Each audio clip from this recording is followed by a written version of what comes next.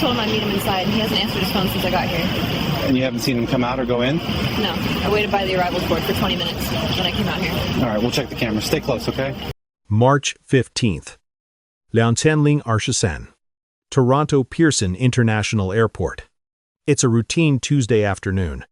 The terminal hums with the sound of rolling suitcases. Boarding announcements echoing overhead. Travelers checking their phones. Already mentally home. Nothing feels unusual. Nothing feels tense. Sarah Chen steps forward in line and hands over her passport. Officer David Matthews takes it, flips it open, and stares. Too long. His eyes narrow. His posture stiffens. "This is fake," he says. Sarah blinks, caught off guard. "I'm sorry, what?" Matthews looks up at her now. Confident. Certain. "This passport. It's fake. Where did you get it?" For a moment. Sarah thinks she misheard him. "That's my real passport," she says calmly. "There must be a mistake." Matthews shakes his head slowly, almost amused. "Sure it is." The people behind her stop moving. A man to the side pauses. Someone lifts a phone. "You're under arrest for passport fraud," Matthews says, his voice loud enough for nearby passengers to hear. Sarah's heart starts pounding. "No. Please, this can be verified. You can scan it. You can call someone. I work for. The only mistake here," Matthews cuts in, "is you trying to enter my country with forged documents. Hands behind your back." The word forged hangs in the air. Sarah feels heat rush to her face. "Officer, please. This is a real passport. You're making a serious error." Matthews reaches for his cuffs. Around them, cameras are recording. Strangers are watching. The terminal has gone quiet in that unmistakable way it does when something is wrong. As the cuffs click shut, Officer Matthews has no idea what he's just triggered, because within the next 48 hours, this single arrest will spiral into an international incident, a diplomatic complaint, and a lawsuit that will cost millions. And the woman standing there in handcuffs is not who he thinks she is. The woman Officer Matthews just arrested is not a tourist. She is not a fraudster. And she is not carrying a fake passport. Her name is Sarah Chen. She is a credentialed diplomat with the Canadian Embassy. And that fact alone changes everything. Sarah isn't some junior staffer or low-level government employee. She is a senior consular officer with 12 years of experience in international law and border security. Her entire career has been built around one thing: verifying identities and protecting the integrity of passports. The document Matthews called fake is a brand new Canadian biometric e-passport. It has an embedded chip, updated holograms, and redesigned security features. It's been in circulation for 8 months. Every border agency received detailed bulletins explaining exactly what it looks like and how to verify it. Matthews ignored all of it. Security cameras show him dismissing the holographic seal without checking the angle. They show him refusing to use the scanner sitting inches from his hand. They capture Sarah calmly, asking again and again for him to contact the embassy. And every time, he says no. What Matthews thinks is instinct is actually inexperience. What he thinks is authority is about to collapse under evidence. Because arresting the wrong person is bad enough. Arresting a diplomat on camera over a legitimate passport, that doesn't just create a problem for one officer. It creates a problem for an entire system. To understand how serious this mistake is, you have to understand who Sarah Chen really is. Sarah was born in Vancouver in 1985 to parents who immigrated from Hong Kong just a few years earlier. They arrived with little more than determination and the belief that hard work could create a better future. Her father became an accountant. Her mother taught school. Education was everything in their home. Sarah grew up disciplined, focused, and curious. She spoke English at school, Cantonese at home, and learned Mandarin as a teenager. By the time she graduated high school, she was at the top of her class. She earned a full scholarship to the University of Toronto, where she studied international relations and law.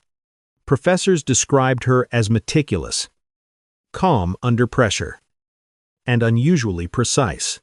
In 2007, at just 22 years old, she graduated with honors and immediately joined Canada's Department of Foreign Affairs. Sarah didn't chase prestige.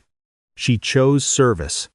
She started as a junior consular officer, helping Canadians who had lost passports abroad, dealing with visa emergencies, and navigating foreign legal systems on behalf of citizens who were scared and vulnerable. She was exceptionally good at it. Promotions came quickly. By 2015, Sarah had been promoted 3 times and entrusted with complex international cases most officers never see. She was stationed in Beijing, then London, handling sensitive diplomatic incidents quietly and professionally. By the time she returned to Canada, Sarah Chen had become one of the government's most trusted experts on passport verification. And now, standing in a crowded airport terminal, she was being accused of not knowing what a real passport looked like. Now contrast that with the man on the other side of the counter. Officer David Matthews joined airport security in 2018. He was 34 years old, previously employed in private security, and drawn to the authority that came with a uniform. According to colleagues, Matthews liked control. He liked being the one who decided who passed and who didn't. But competence was another story. Training records later showed Matthews failed 2 required certification exams early in his career. He passed only after retaking them, narrowly. Supervisors noted he struggled with procedural updates and often relied on gut instinct instead of protocol.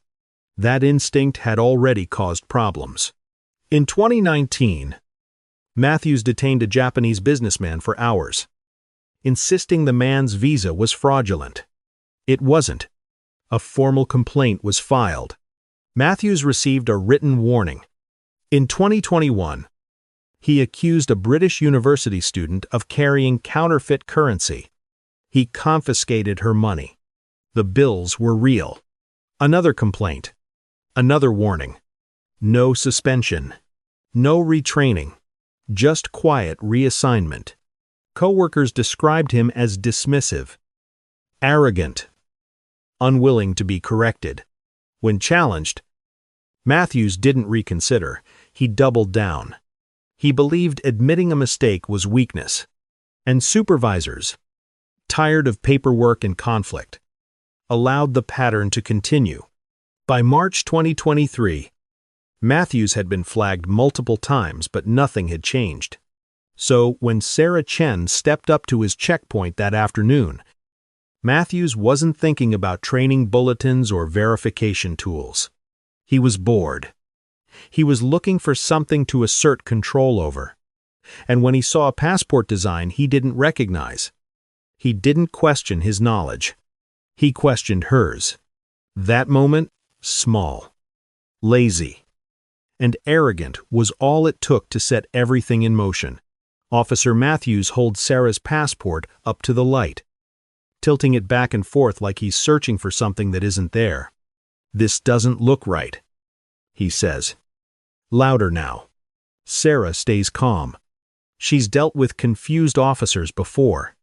It's the updated Canadian biometric passport. She explains. The design changed last year. "I know what a real passport looks like." Matthews snaps. And this isn't one. People nearby slow down. A couple stops walking altogether. Someone lifts a phone and starts recording. Sarah feels the heat in her face, but her voice stays steady. "Officer, if you scan it, you'll see the chip verify immediately." I don't need a scanner. Matthews says, I can tell. That sentence, I can tell, changes everything. Sarah tries again. Please, just verify it. Or contact the embassy. I can give you the number. Matthews doesn't move. He doesn't reach for the scanner. He doesn't call anyone. Instead, he folds his arms. Where did you get this fake passport? It's not fake. Sarah says, I work for the Department of Foreign Affairs. When she reaches toward her bag to retrieve her credentials, Matthews steps back sharply. Don't move. His hand drops to his belt. His voice rises. Keep your hands where I can see them. The atmosphere shifts instantly. Travelers stop pretending not to watch. Phones are fully out now. Matthews calls into his radio. I need assistance at checkpoint 7. Possible fraudulent documents. Within seconds, 2 more officers arrive. One of them quietly picks up the UV scanner. Matthews. Did you check it under the light? I don't need to. He replies. It's fake. The scanner activates anyway. The security features glow perfectly. The embedded chip responds. Every marker checks out. The officer looks up. This looks legitimate to me. Matthews doesn't hesitate. No, it's not, he says. I'm arresting her. And with that, the situation crosses a line it can't come back from. Sarah takes a slow breath. She can feel this slipping out of control.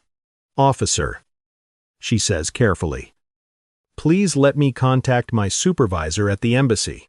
They can confirm my identity immediately. Matthews doesn't even look at her. No, he says. You're under arrest for attempting to enter with false documents. The words land hard. One of the other officers shifts uncomfortably. Matthews, maybe we should get a supervisor. I am the supervisor on duty. Matthews snaps back. Technically, it's true. The actual shift supervisor had left early. Matthews reaches for his handcuffs. Turn around. Sarah hesitates for half a second. Then complies. She knows arguing now will only make it worse. The cuffs snap shut around her wrists. They're tight, painfully tight. Around them, at least a dozen people are recording. Phones pointed directly at her face, at her hands, at the officer standing behind her. You're making a serious mistake, Sarah says quietly. Her voice controlled but firm. Save it for processing. Matthews replies. There's something else in his expression now. Satisfaction. He leads her away from the checkpoint. Past travelers who stare openly. Whispering. A woman shakes her head. Someone mutters, "That's messed up." Sarah keeps her head up. But inside she's stunned. She's escorted into a small, windowless holding room. A metal table. 2 chairs. Bare walls. Matthews takes her bags. Takes her phone. Leaves the cuffs on. "Someone will deal with you shortly," he says. And closes the door. The lock clicks. Sarah is alone. She sits there for 20 minutes. Wrists burning. Replaying everything in her head. 12 years of helping people navigate passport issues, and now she's been arrested for having a fake one that isn't fake. Outside that door, a quiet realization is beginning to form. But inside, Sarah has no idea how far this is about to go. The door finally opens. A different officer steps inside. Older. More composed. His name tag reads Supervisor Chen, no relation. He looks annoyed. Like this is just another problem at the end of a long shift. "All right," he says. Pulling out a chair. "Tell me what happened." Sarah straightens as much as the cuffs allow and explains everything. Slowly. Clearly. She tells him about the passport. The new design. The scanner that was never used. her request to contact the embassy. Then she tells him who she is. "I'm a senior consular officer with the Department of Foreign Affairs," she says. "I'm a diplomat. My credentials are in my bag." Supervisor Chen stops writing. "You're saying you're a diplomat?" "Yes." The tone in the room changes immediately. He leaves without another word. 5 minutes pass. Then 10. When he returns, he's holding Sarah's bag. He opens it on the table. Inside are her diplomatic ID, her government badge, and a stack of official business cards. His face goes pale. Why wasn't this verified earlier, he asks. More to himself than to her. "I tried." Sarah replies. He wouldn't listen. Supervisor Chen unlocks the cuffs and removes them quickly. Red marks ring Sarah's wrists. "I'm very sorry," he says. "This never should have happened." "This isn't a misunderstanding," Sarah replies, rubbing her wrists. "It's incompetence. That officer refused to verify anything." Supervisor Chen doesn't argue. He picks up her passport, examines it under the UV light, checks the database. Everything is perfect, legitimate, registered, verified. "You'll be released immediately," he says. Sarah looks at him, calm but unyielding. "I want a formal incident report. I want his supervisor notified. And I'm contacting the embassy." Supervisor Chen nods. He knows there's no stopping what comes next, because this is no longer an internal issue. This is now a diplomatic problem. Sarah Chen is released at 4:32 p.m. She walks out of the holding area and into the terminal, still shaking. She finds a quiet corner near a closed gate and immediately pulls out her phone. Her call to Ottawa lasts 15 minutes. At first, there's disbelief, then silence, then anger. Within an hour, the situation jumps levels it was never supposed to reach. The Department of Foreign Affairs alerts its legal division. Senior consular leadership is notified. The Canadian Border Services Agency is contacted. By early evening, someone inside the Prime Minister's office has been briefed on what happened at Pearson Airport. Meanwhile, Officer Matthews is called into a back office. He doesn't look worried. When supervisors explain that the passport has been verified by the database, by the embassy, by the Department of Foreign Affairs, Matthews shakes his head. "She fooled you," he says. "The credentials were fake too." The room goes quiet. Matthews. One supervisor replies slowly. "You arrested a senior diplomat with a legitimate passport. This is confirmed." "I was just doing my job." Matthews insists. "You were doing it wrong." The supervisor says. Matthews is suspended on the spot. Pending investigation. His badge is taken. He's told to go home and not discuss the incident with anyone. For the first time, Matthews looks shaken. But outside that office, the damage is already spreading. Because this isn't just about one officer anymore. It's about how someone with a history of complaints, failed training, and ignored warnings was allowed to stay in a position of authority until his mistake became impossible to hide. And now, the entire system is under scrutiny. 2 days later, the story breaks. Someone leaks the incident to a reporter at the Toronto Star. The headline is blunt and explosive. "Diplomat detained at Pearson Airport over legitimate passport." Within hours, it's everywhere. CBC, CTV, Global News, National Radio. Online outlets pick it up and push it out across social media. The phrase "fake passport arrest" starts trending. Then the videos surface. Multiple passengers had filmed the arrest from different angles. One clip shows Officer Matthews refusing to use the scanner as another officer hesitates beside him. Another captures the moment Sarah, calm and professional, is handcuffed in front of a crowd. The footage is damning. In the first 24 hours, one video hits over 2 million views. Comments flood in. This officer is on a power trip. She's clearly not a criminal. How is this allowed to happen? Reddit threads explode. Thousands of comments dissect Matthews' behavior, his refusal to verify evidence, and the system that protected him for years. Passport experts are interviewed. Every single one says the same thing: the document was real. The arrest was unjustified. Protocol was ignored. What might have once been brushed aside quietly is now impossible to contain. Public trust takes a hit, and pressure mounts not just to apologize, but to hold someone accountable. Because people aren't just watching what happened to Sarah Chen, they're imagining what would happen to them. As the outrage grows, Sarah Chen makes a decision. She hires a civil rights attorney named David Park, known for taking on government agencies and winning.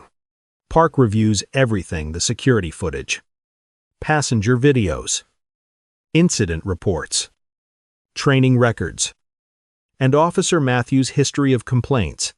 The case is strong, too strong to ignore. On April 3rd, Lianchen Arshasan, Sarah files a lawsuit against the Greater Toronto Airports Authority and Officer Matthews personally.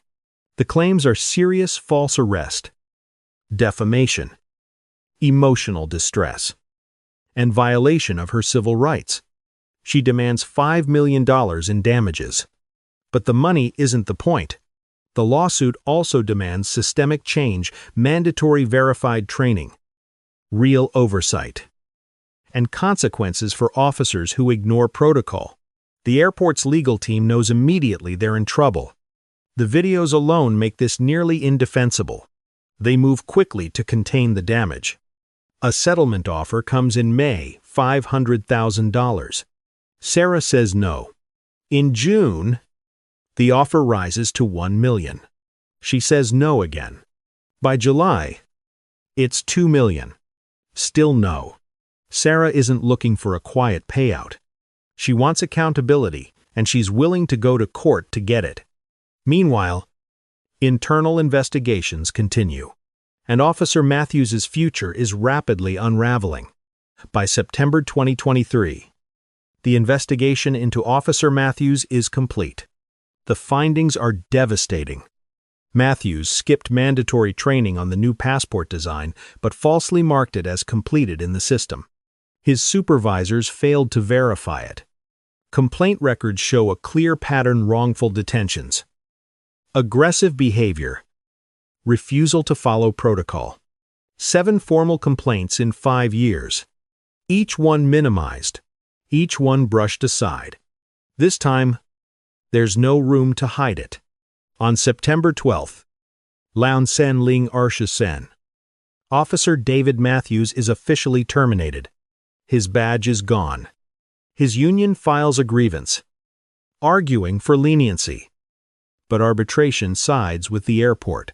His firing stands. His career in airport security is over. A month later, Sarah's lawsuit enters mediation. Both sides know a trial would be disastrous: public, prolonged, and impossible to spin. Negotiations drag on for 3 days. Finally, on October 27th, Lianchen Arshasan, an agreement is reached. The airport agrees to pay Sarah Chen $3 million. They also agree to issue a public apology, overhaul training procedures, and establish a new oversight committee to review officer conduct. It's one of the largest settlements in Canadian airport security history. But for Sarah, the case isn't over yet, because what she does next changes the meaning of the entire story. The settlement is announced publicly on November 1st. Lianchen Arshasan. The airport issues a formal statement. They apologize to Sarah Chen. They acknowledge failures in training, supervision, and accountability. They promise reform. But what shocks people most is what Sarah does with the money. In her only interview after the case, Sarah is clear. This was never about getting rich. She says, most people who go through something like this don't have cameras, lawyers, or institutional backing. They just suffer quietly. Sarah keeps $1 million for herself. She donates another $1 million to immigrant and civil rights organizations. And she puts the remaining $7 million into a legal assistance fund for travelers who are wrongfully detained and can't afford to fight back. Within months, the fund helps more than 20 people file formal complaints. Several cases lead to settlements. 2 officers lose their jobs. Real consequences. Sarah returns to work at the Department of Foreign Affairs in December. She still trains officers on passport verification, but now she teaches something else. 2. Accountability. I tell every new officer the same thing. She says, you're not above the law. If you make a mistake, you admit it. You don't double down and destroy someone's life. An internal audit later reveals a disturbing truth. Nearly a quarter of airport officers had skipped mandatory training updates. Just like Matthews, the system didn't fail once. It failed repeatedly. So ask yourself, should one officer's laziness cost taxpayers millions? Should someone lose their freedom because an authority figure refused to follow protocol? Because if these systems aren't fixed, there will be another Sarah, another Matthews, another wrongful arrest caught on camera.